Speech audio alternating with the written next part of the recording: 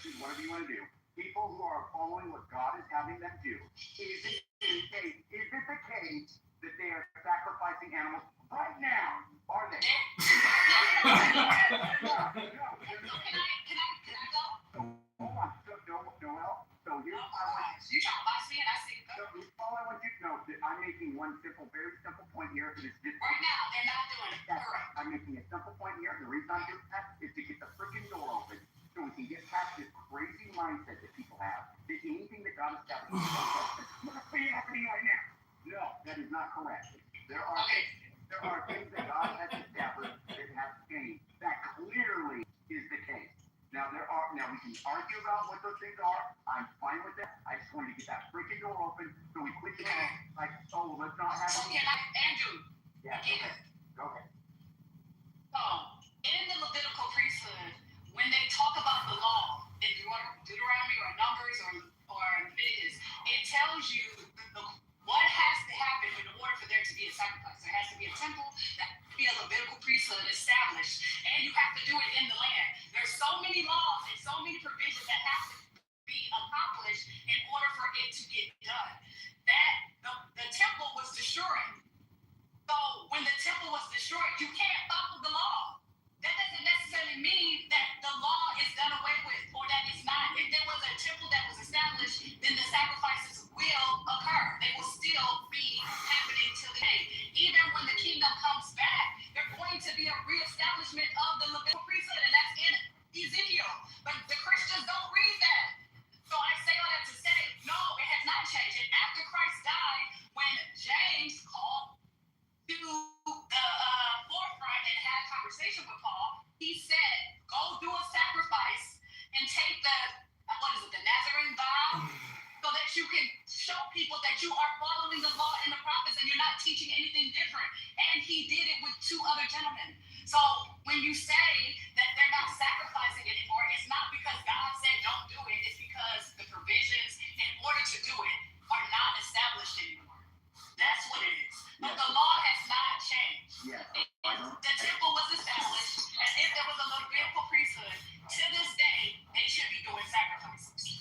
But you ever wonder about the fact that the Bible is so full of errors and stupidities that means that none of this is relevant to our lives at all because it's all fucking fairy tale bullshit and retarded? You ever think about that? You ever ponder that hundreds of errors in the fucking Bible and all the fucking stupid shit about raping women and fucking burning people alive means that this is probably not from God. It's just a bunch of Bronze Age retards writing other books.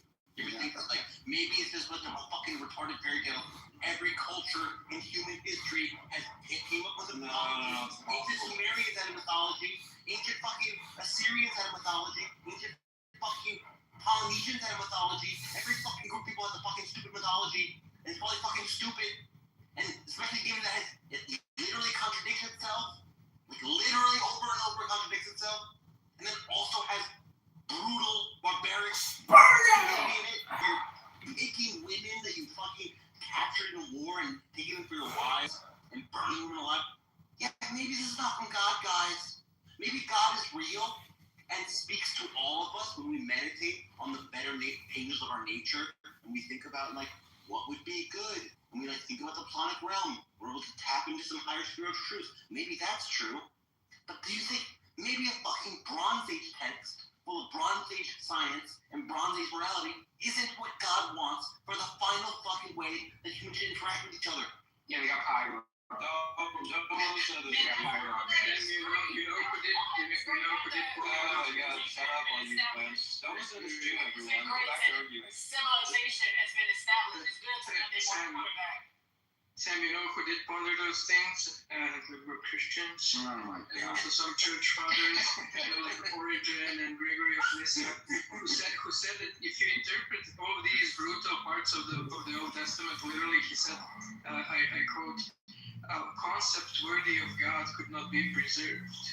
So, preachers have been y'all think God is this marshmallow sweet person who's just like, oh. No, we just think that people of the past were dumb and barbaric, and that reflects in their interpretation of cosmology and deity. Then we barbaric. Did you actually see it become more civilized over Even though kids. Yeah, Zelina, you need to be waterboarded. Oh, fuck you.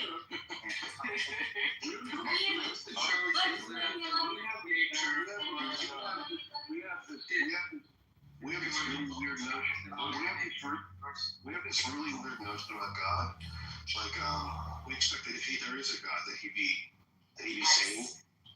That he'd be sane. So I mean, that's sort of where the rub is, you know. That people are deviant. You would be like, you know, you have this like weird expectation, you know, that God would be love, you know, Yeah. bless the righteous and the unrighteous. Like all these strange ideas that came out of nowhere. You know, it's like, Right. And it's kind of weird how, like, you know, in Greece, it's like, oh, the warlike people worship a war god. Oh, the people who are like the scholars worship a wisdom god. Oh, wow. It can't be that we have a passion for evil and love justice divine. It can't be that. It can't be that stuff. you have a justification? That's the first time I'm hearing about it. Please present us with a justification. Justified. It can't be that. It can't be that we're disgusting when we You have a justification? Right, no. I said it can't be that we're disgusting in the acts that we're participating in, and then we try to justify it. Are you talking about gay people right now? We retrofit these stuff. It seems that the yuckiness. I don't think there's nothing that needs a justification about it. You're the one coming up to people and going, hey, you can do that. And they're like, why not? And you're like, because it's bad. And then we try to condemn God for coming down on it. It's pretty weird. So I don't believe that. Me and Sam don't think there is a God. He's like, yeah, I'm wondering about this. I had a question. You have God. I demand that whoever moved me down apologize right now. Are we any Muslims on this stage? I don't think that God would send bears to maul children. And if he That children was bad as hell, Sam. if he did send bears to maul children, then he's a fucking psycho. Everybody can get it, Sam. Everybody. And yeah, but in the end, it's the cartoonish nonsense.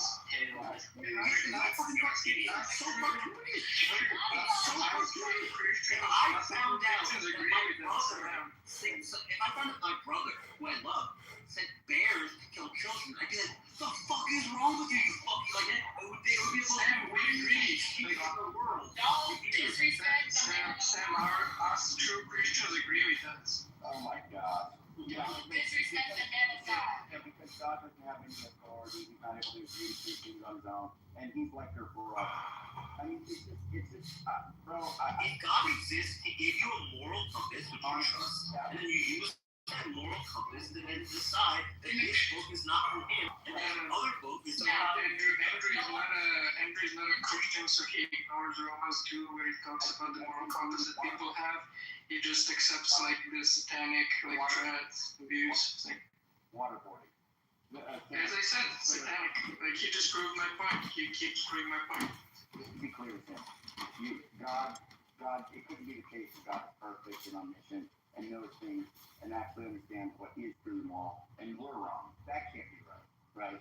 That can't be right. It's like saying, wait, it's exactly what the book said couldn't be right, Sam? The stupid book that you're criticizing is saying is stupid and written by morons and morons. You mean it's actually right? Sam, The point is, didn't you think of that? Didn't you think of maybe it's actually true?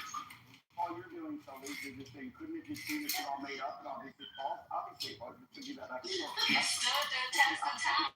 Fully retarded that they will say Oh, that. sorry, But to say that, so to say, yeah, okay, cool. Then it just couldn't be right. God is morally perfect, knows all things, and actually has his pulse, his finger on the pulse of what is moral, way better than you do. So you're adjudication that You have to leave. It's just wild. How are you, like, You guys have to think that you have some moral intuition that's more accurate. Because if you think that you have no ability to evaluate right from wrong yourself, then you can't tell whether the Bible is good or evil because you don't know. You can't tell whether it's a satanic book or a good book. So you have to have some ability that you think you have some sense of what is right and wrong built into you. yeah, exactly. Andrew, like Andrew, And then use that sense that you trust then go, oh, bears slaughtering children is bad. Cam, it's never It's so cartoonishly bad. Cam, that's never been the claim. Of course, we can adjudicate right and wrong because God gave us the ability to do so. And then you use that to say the Bible's evil. Yeah, and then we can basically look at human civilization and go, wow, none of these people got God correct. Like, they were all wrong. Lee, there you go. That's some great ball watching, as we call it. Unbelievable. Look. Andrew, look, I think if you're essentially a God that, like, nobody's figured it out yet, okay? That's like, You can obviously have some moral adjudications or rules judgments that are wrong, and people can change them and work them. That is absolutely the case. So I'm not saying keep coming and saying, well, God clearly just this immoral character that these terrible things. It's like that's not going to do much. Obviously, we're quite aware that people don't like the things that God has said. That is not going to be moving. Yeah, but people also have spoken as gods themselves or on behalf of gods throughout all of like human history, and we know that like most of the time they're doing that. It's just a fabrication and it's propaganda and so on. I agree. Right? Yeah. So if people do that in general, then I'm going to be pretty skeptical of a book from 2,000 years ago or longer. Okay. And it's going to be people who are getting, these people are actually getting the true, message. Why would I think that? Why would I think that? Speak, some people like you, Sully. Not everybody will make it to the kingdom of heaven. So you're just living your prophecy early. It's fine if the Bible says that, because the thing we're discussing is whether or not to take it seriously, right? And you're just always in the background assuming that it's to be taken seriously. Right? Everything you're saying loops back to, but the Bible says X. Okay. It speaks to the prophecy of what's going to happen in the future. So that's why Andrew gets frustrated with it. I don't get frustrated with it. It's like reprobates. It is what it is. No, I agree that that's absolutely what's going on, Noah. But let me just say this. Solely from his perspective, it's basically begging the question / very convenient that it's just as well. If they don't believe, well, then they're just evil. Right? Yeah, exactly. And that's actually another common feature. Like, look at modern religions like Scientology. You can just see that baked into it, where it's like, like the anti-Scientology people, they're like corrupted. Like they're like gonna try to harm you, basically, like all this other shit, right? And it's insularity.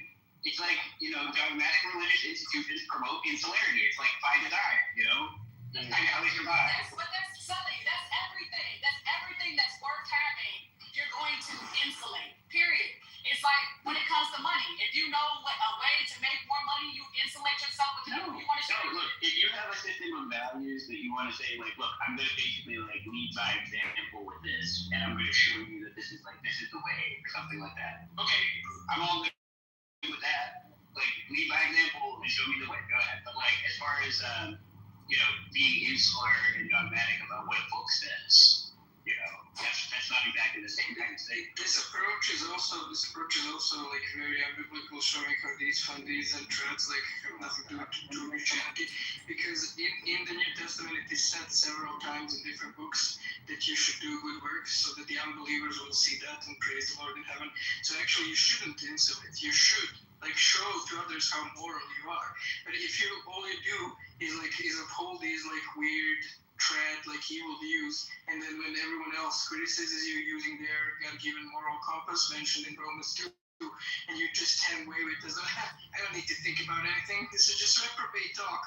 Like, I'll insulate myself and keep doing the evil, medieval traditions. That's not a Christian approach at all. Well, you're supposed to be the salt of the earth. So you're supposed to have the conversation, and if they don't want to listen, you dust off your boots and you keep walking. That's from Christ himself. So it's Andrew's having the conversation. If you guys are like, no,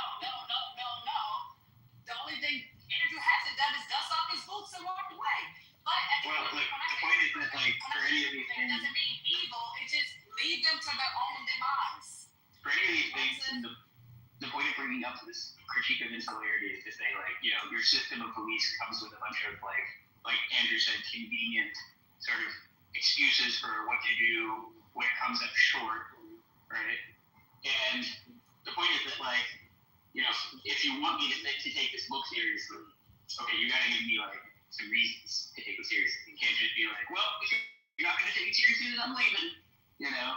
That's for your fulfilling. That's for you to take your path. All we're supposed to do is plant the seed. But- It's for you to take on the path and learn. And if you don't want to learn, that's on. When I say learn, I'm not even trying to say it like that. For all my looking into it, like, It's also not because there's a verse that says, "Be prepared to give defense of your." That's First Peter. It's in my.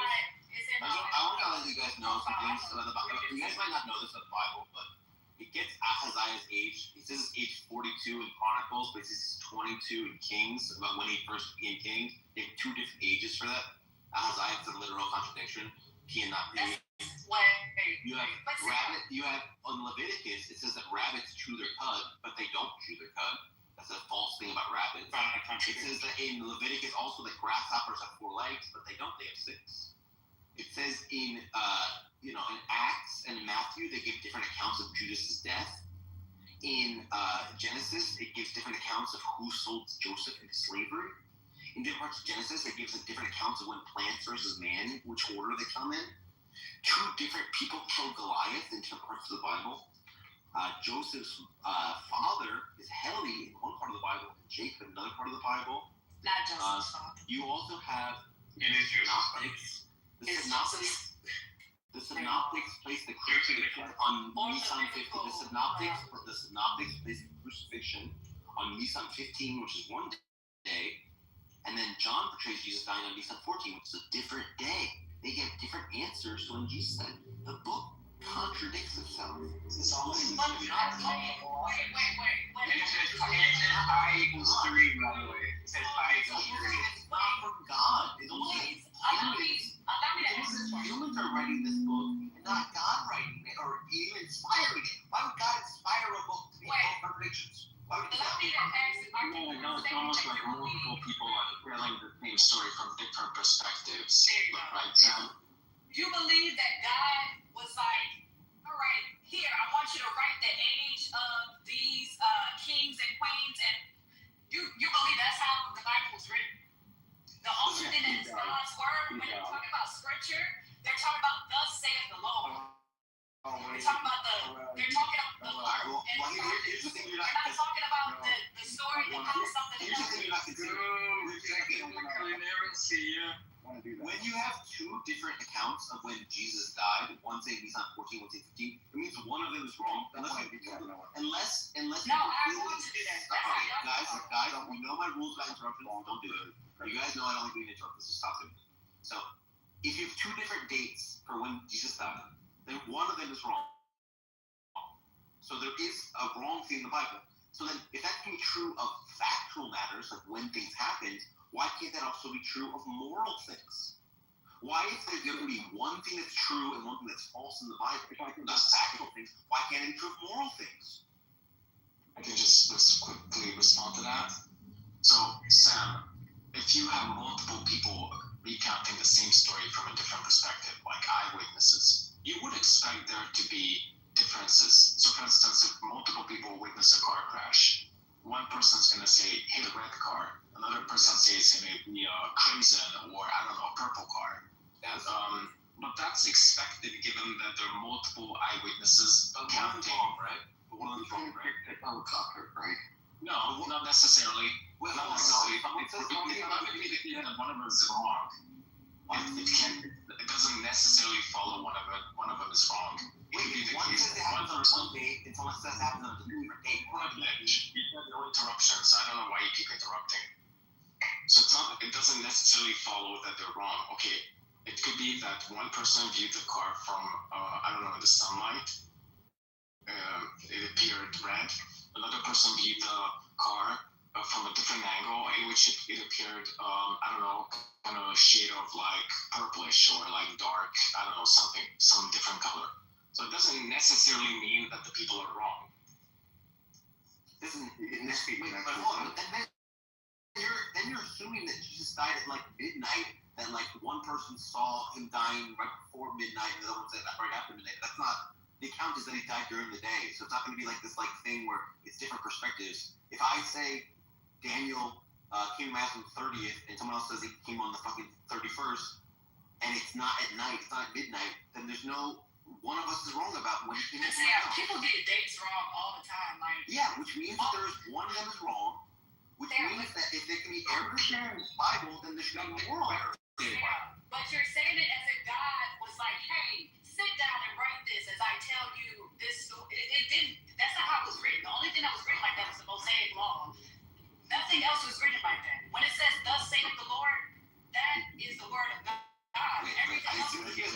What makes me miss my basic point, which is if one of them is right and one of them is wrong about which day of Nisan he died, he was crucified on. If one of them is wrong, then some other prophet could be wrong about when it says some moral claim, because the Bible already is allowing there to be errors. Because one of these guys wouldn't get the date right. And law, when you say all or law, Guys, you have to relax. I'll just say one thing really quick. This is something that's very easy to verify, even given that we now have like large language models. But you could manually do it as well. It would take you about 10 minutes. But if you wanted to use a large language model, it would take you about 15 seconds. So within the Synoptic Gospels, which is to say Matthew, Mark, and Luke, Jesus died on the 15th day of the very first month of the Jewish year, which is called Nisan. In John's Gospel, Jesus dies when the Passover lambs are being slain, which is to say that he dies on the 14th day of the first month of the Jewish calendar, Nisan. Now, what is Nisan? Well, as I've said, it's the very first month. It falls between March and April. So you have two accounts. It is not the case that Jesus, unless Jesus dies twice, Jesus couldn't have died both on the 15th day and the 14th day at the same time in the same sense. And this is something that anyone can verify, and someone is wrong there in one of these accounts, right? So you can throw away this idea that you can count on the Bible to be accurate on anything if you can't even count on it to properly. Don't interrupt me, I'll bring you back up. I'm sorry, but it couldn't be the case that Jesus dies on the 15th day and the 14th day, right? Someone is wrong. There's a problem there, right? For certain flavors of biblical literalists or irrentists, right? Someone like an Andrew is going to have a very difficult time making sense of there being a factual, historical error within the text. Right? It's not going to apply to people that think errors are okay in the text, right? Of course, it's not going to fucking apply to people like that. But for dogmatic people, people that take the book seriously, right, that think it's historical, it's going to be a problem. And those are the people that the argument is targeted at. It's that simple.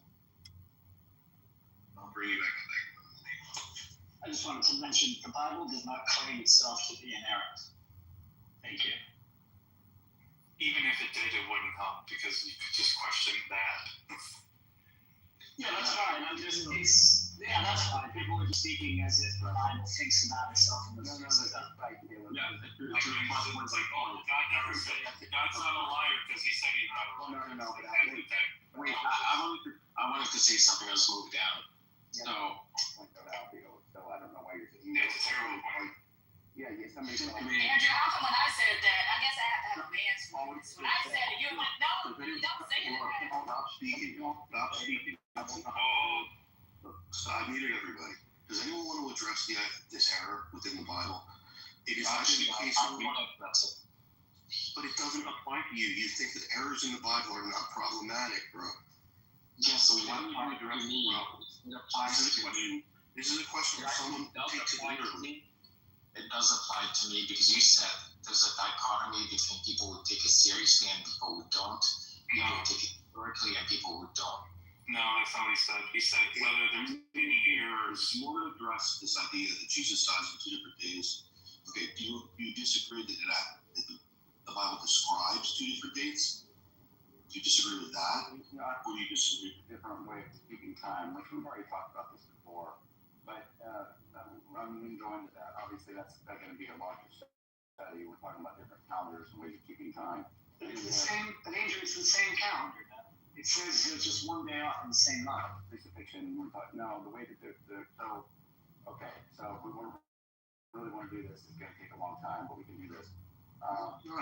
Andrew, It is. you can do your own look, brother. You can do your own investigation. Yeah. You can ask, did you look at a large model and what it says? Well, I'm not necessarily looking at a large lane, but I'm definitely. Okay, so you opened the text yourself and read the synoptic passages. I'm aware of that. Yeah, Okay, what is happening there? Well, I just said that it's going to take a larger study. I mean, if you want to do a Bible study on it, we can, but this isn't going to be a quick thing. It's not. We're not going to. Andrew, just say this, okay? I'll strawman what I think is the fundamentalist Christian position to harmonize those two things. If Jesus is to be the Passover sacrifice, then he's got to die on the day that Jews celebrate Passover. The Passover sacrifice is sacrificed in the late evening of the 14th as you enter into the 15th. That's all you have to say, and that solves that. Now, Daniel was still right. Somebody is saying, now, is that the answer about why they get the dates wrong? Different? I don't know, but that's a plausible answer. So just say that. Oh no, if we're going to be saying that there's something wrong being said, I don't think theological intent that's being expressed, unless it's done in a deceptive way, is wrong. I don't think that's the way to characterize it. It's obviously, it can be understood. It's not going to be a literal date reference where there's a tension there. That's obviously that would be, if what's being implied is, okay, there's two different dates that Jesus was crucified on. Yeah, that would be wrong, factually wrong. But I don't think that that's what's going on here. I think there are theological motivations, and I don't think they're deceptive or wrong for why somebody would describe something occurring in a certain way. I don't think that that's an issue. If it was meant to be saying there's two different physical dates, we're actually saying Christ was crucified at two different times, that would be wrong, and that would be a problem. But the long and the short of it is, I don't think that's what's happening here. I understand. Let's go. Like we can take text, some historical narratives. Sorry, Bob. No. So that's not correct, and that certainly wouldn't apply to things when things are being said about ways of practice and how we treat one another and do things. It doesn't allow for all the lenience that you want to provide. But yeah, I'm just saying that obviously there can be theological intent for what's being expressed there, and we have to do it side by side and then go and do a Bible study on it. But I'm more concerned about the point that you're making, Daniel, which is that if there's going to be people who take these things literally, and then they can be like, okay, this is going to be a problem for them, because then they look at certain passages, they're going to be in tension, and they have to reconcile that. But if you don't take it serious, or if you think it's fine that there's errors in the Bible, that's somehow an okay position. That is not an okay position. I would be more concerned if that's August's position, that it's okay to say that there are actual factual errors in the scripture about anything, because obviously I do agree that opens up the door to a whole bunch of issues. You could have moral doctrinal claims being made that are absolutely wrong. You can have certain things being said over here. And I hear your position. Andrew, there's a problem, I think. Let me just be a little bit more clear. Is it your view that the Synoptic Gospels and the Gospel of John agree on the date when Jesus dies? Is that your view? The date is going to be the same. I don't know that it's. Yeah, I don't think that they're trying to express. I don't think that it's the case that both of them are trying to express different dates. That's what I'm saying. So, but obviously, I get why people are saying what you're saying here, because it's been an issue. This has been something people have said for a long time. And I've done a fair treatment on this before, but like I said, I'm not in a position right now to go into this whole thing. But we can do it if you want to do the question. Is it possible to have a Passover meal without a lamb? No. If Jesus is crucified on the day of the preparation of the Passover, when the Paschal lambs are being slain, how could he be eating a Passover meal? How is that possible? He's described as being killed on the day of the preparation of the Passover. which is when the lambs are being slain. He couldn't have died on Passover if that's the case. That's a problem, dude. And it's not just my opinion. I don't care one way or the other. I have a good explanation as to why that at least satisfies me as to why these dates are different. The fact of the matter is that anyone can verify this fact themselves within just a few moments using a large language model, or just opening the Bible and going side by side and taking a pencil. It'll take you 15 minutes. Your position is untenable with regard to the text being perfectly inerrant. There's an error historically in it. Jesus dies on the 14th day of the first month of the Jewish calendar Nisan in John's Gospel. And on a different fucking day than the others.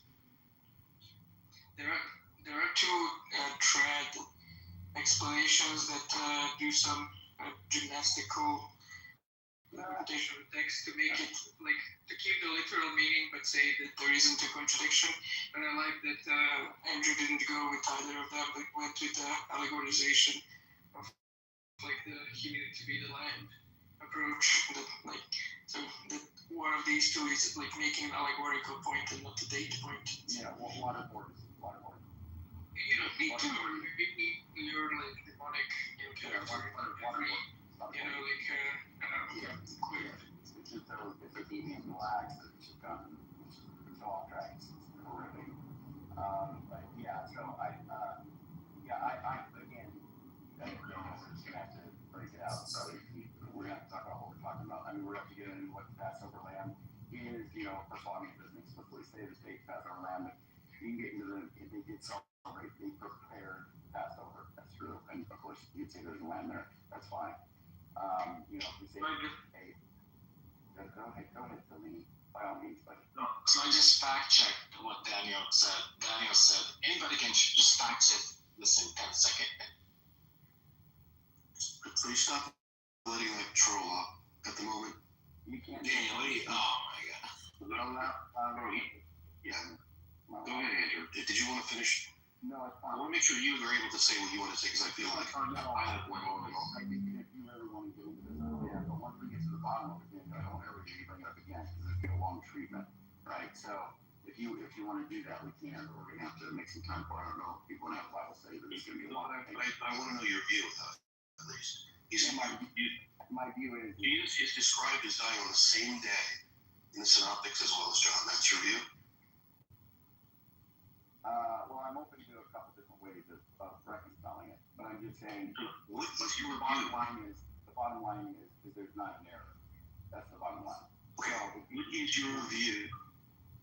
Well, I just said I'm open to a couple different. Do you think Jesus died on the 14th or the 15th? I don't think of it. I'm not committed to Would he have died on the 14th and the 15th? No, obviously not. Okay. So are you agnostic about when he died? Yeah, I'm pretty much agnostic. I'm not going to take a chance on it. But you think that John and Mark, Luke, and Matthew agree on the date when he died? That's one way to do it. But you just have to depend on how you want to interpret the description or what's being intended.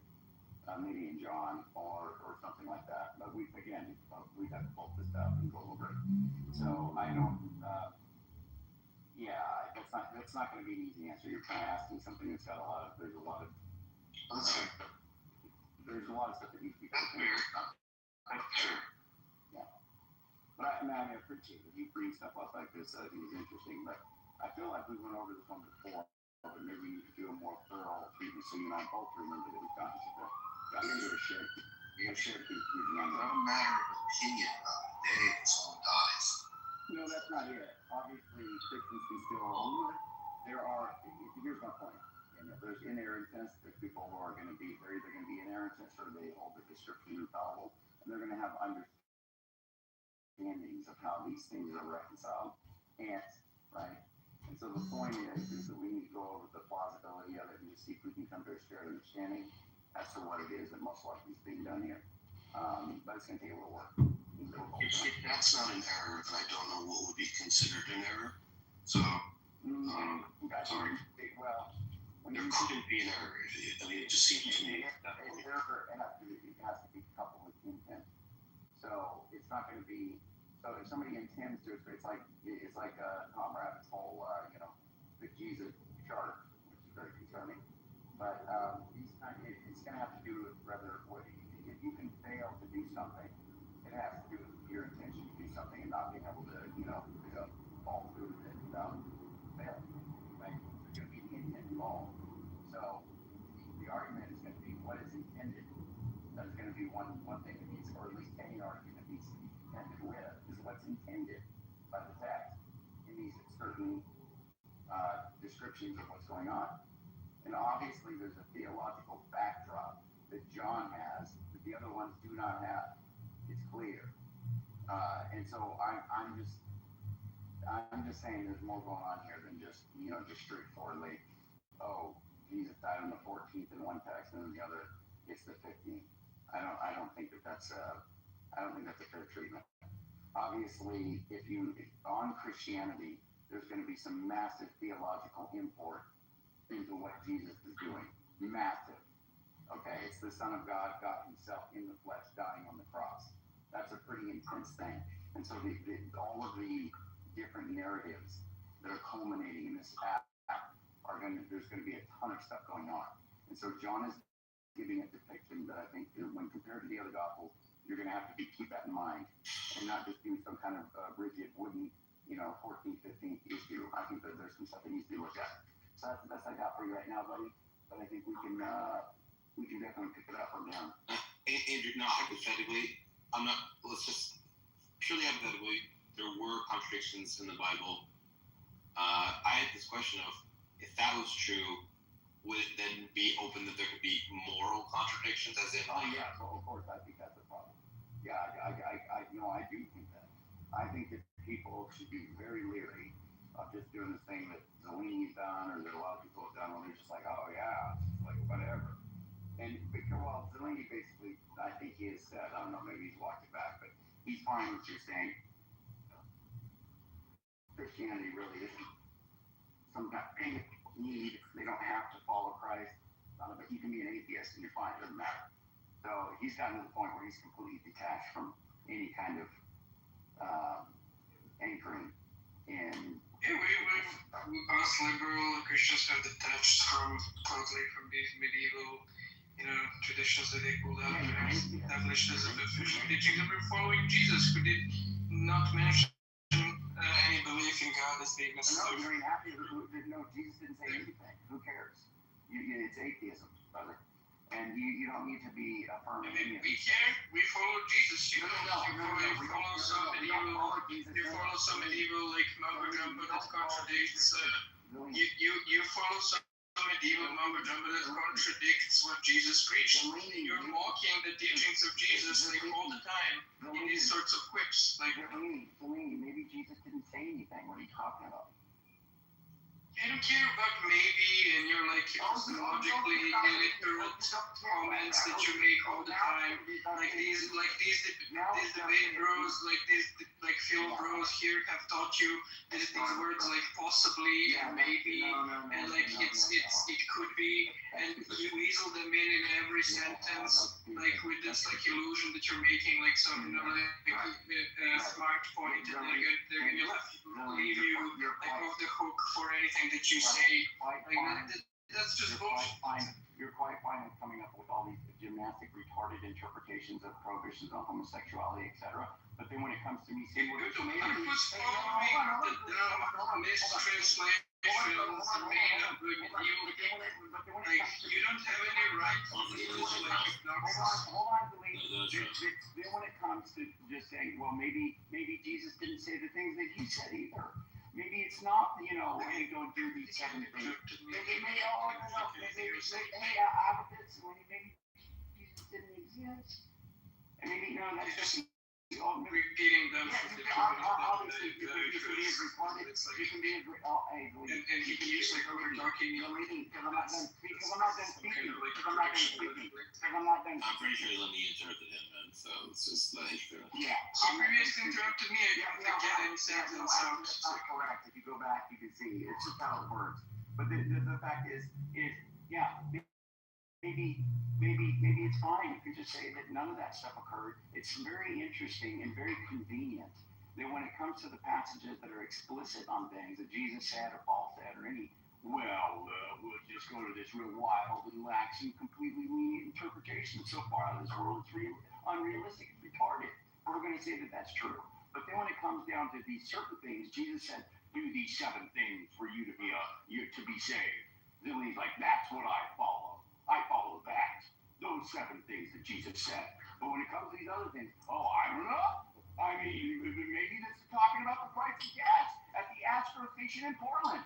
Maybe that's what it's talking about.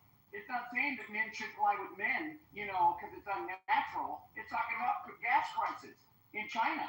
That's what it's talking about. Yeah, I love the retarded, completely detached interpretations that you're willing to do. But then when it comes to things that you want to hold dear, you want to hold to be specific, you're going to say, these are real. No. Jesus said this. And you're going to have some retarded way of explaining this to me, but it is always the case that this is what you're doing. And I just get tired of it, man.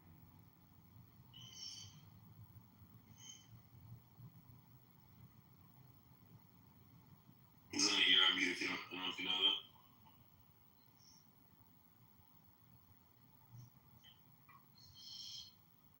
I don't know.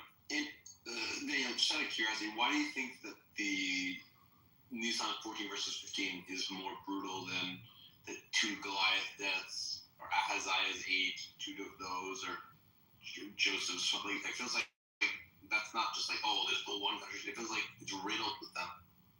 It's like a lot of these things all throughout the text. I don't know why that one should be given special significance over the other ones. It's just a book that looks contradictory. And then if it's contradictory, then, maybe there's moral contradictions, and therefore you can't trust it. If one of them has to be, if it says be merciful to people, but then it says also don't be merciful to them, one of those uses wrong. And then, you have to, you just use your judgment to decide which of them is wrong.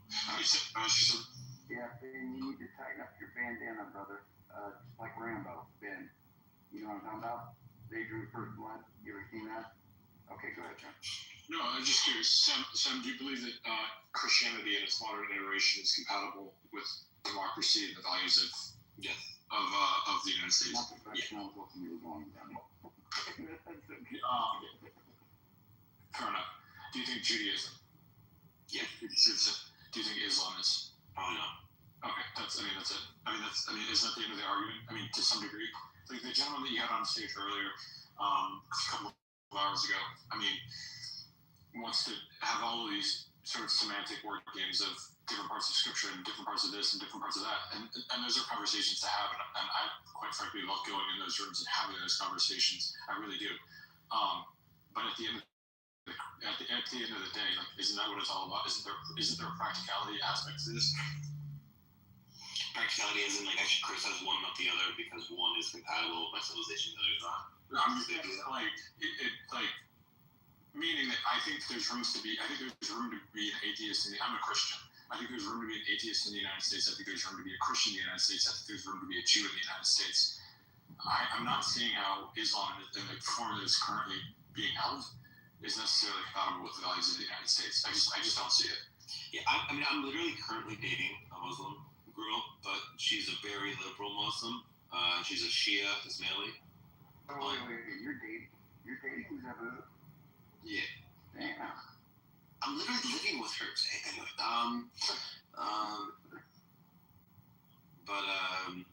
what's it called?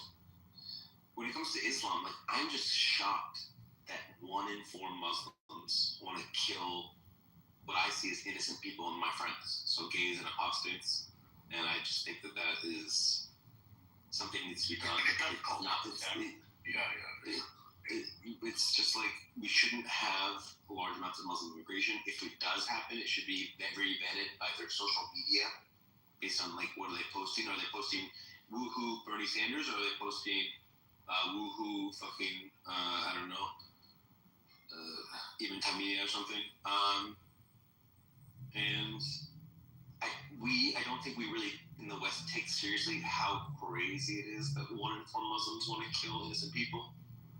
And I didn't really reckon with it that much until today. Like, I just had an emotional catharsis that, like, literally 1 in 4 Muslims want to murder my friends. And that's like that's so crazy. But respectfully, Sam, and I'm sure this will be I don't want to That's 400 million. It's only 400 million people. Yeah, go ahead, sir. No, it's all good. It's all good. I don't want to hype the mic. I'm trying to do dishes and be productive this evening, anyways. But so when you were talking to the gentleman earlier, I think that was, and I understand it's an emotional topic. I understand that it's a very, very emotional topic. With that being said, it was like, I feel like that was kind of the point that was skipped over. It was like, he's like, something to the effect of, well, I just, it's, it may not be popular to the masses, but, this is the way that Muslims believe or something to that effect. And I'm like, okay, well, that is what begs the question then, is like how do you square the square peg in the round hole of human rights when it comes to Islam? I feel like Christianity does a pretty good job of it. I just don't see it. Again, I don't mean to keep repeating myself. I just don't see it with Islam. Well, I think Christianity is the amazing blessing of the figure of Christ, who's obviously a very peaceful and loving man. And Judaism has like thousands of years of really good debaters coming up with loopholes for why they don't have to do the crazy shit that the book says that they have to do. But the Islamic tradition does not really have that. And I mean, there are Muslim strains like Zabu's strain that are very, very chill, but they're just not very popular. They're just not like, I mean, Zeleny will point to the Hanafis, but the Hanafis are not as chill as Zabu's Islam. Zabu's Islam is fully compatible with the West in every sense of the word. I don't think that the typical Hanafi Muslim is. I mean, I'd have to look at exactly what the average Hanafi thinks, but yeah. I mean, Sam, once again, here's a very good thought experiment that I did with Andrew and Zeleny, and Sam and Zeleny, I think you guys will agree with this, is that you guys, what if Europe becomes a Muslim majority country, or America? Would you want that, right? And I think both of you have clearly said, no, you wouldn't want to live in a Muslim majority piece of land, right? And that's it. That's just a very simple thought experiment that explains, the situation here, right? So that is going to be the highest. Okay. I'm sorry, but did you just say a Muslim majority? My view on that general question, my view is I don't care. Wait, does that mean you want to live in a Muslim majority Europe or a Muslim majority America? I don't care. Like I can go now to Bosnia and be the Muslim majority country, and it's very chill. Would you want to go to Saudi Arabia? Would you want to go to Saudi Arabia or like? In 40 to 50 years, when the Wasatiyah Islam becomes the ruling version, then yeah, sure. Sam, what do you want to be like in the And would you want to go to Christian majority Africa?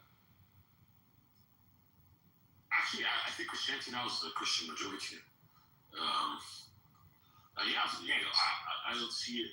Like, I wouldn't want to go there for economic opportunities, not like for my, like, I wouldn't be afraid for my life, right? But I wouldn't want to go there because you wouldn't be? In a Christian, like in Ethiopia, for example, which is a Christian majority, no, I wouldn't be afraid. You can achieve in Ethiopia is also pick one where the majority is like a bunch of Protestants who think you're an idol worshiper.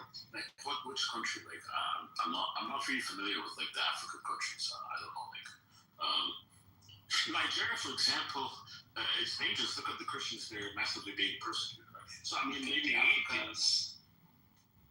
Sorry. Some of them can't like just ask Ade. You can't even talk about it. But Peter, you wouldn't want to live. What do you want? Like America to be like a Muslim majority country or San Marino? What do you want? I don't care as long as they're peaceful. Okay. Right.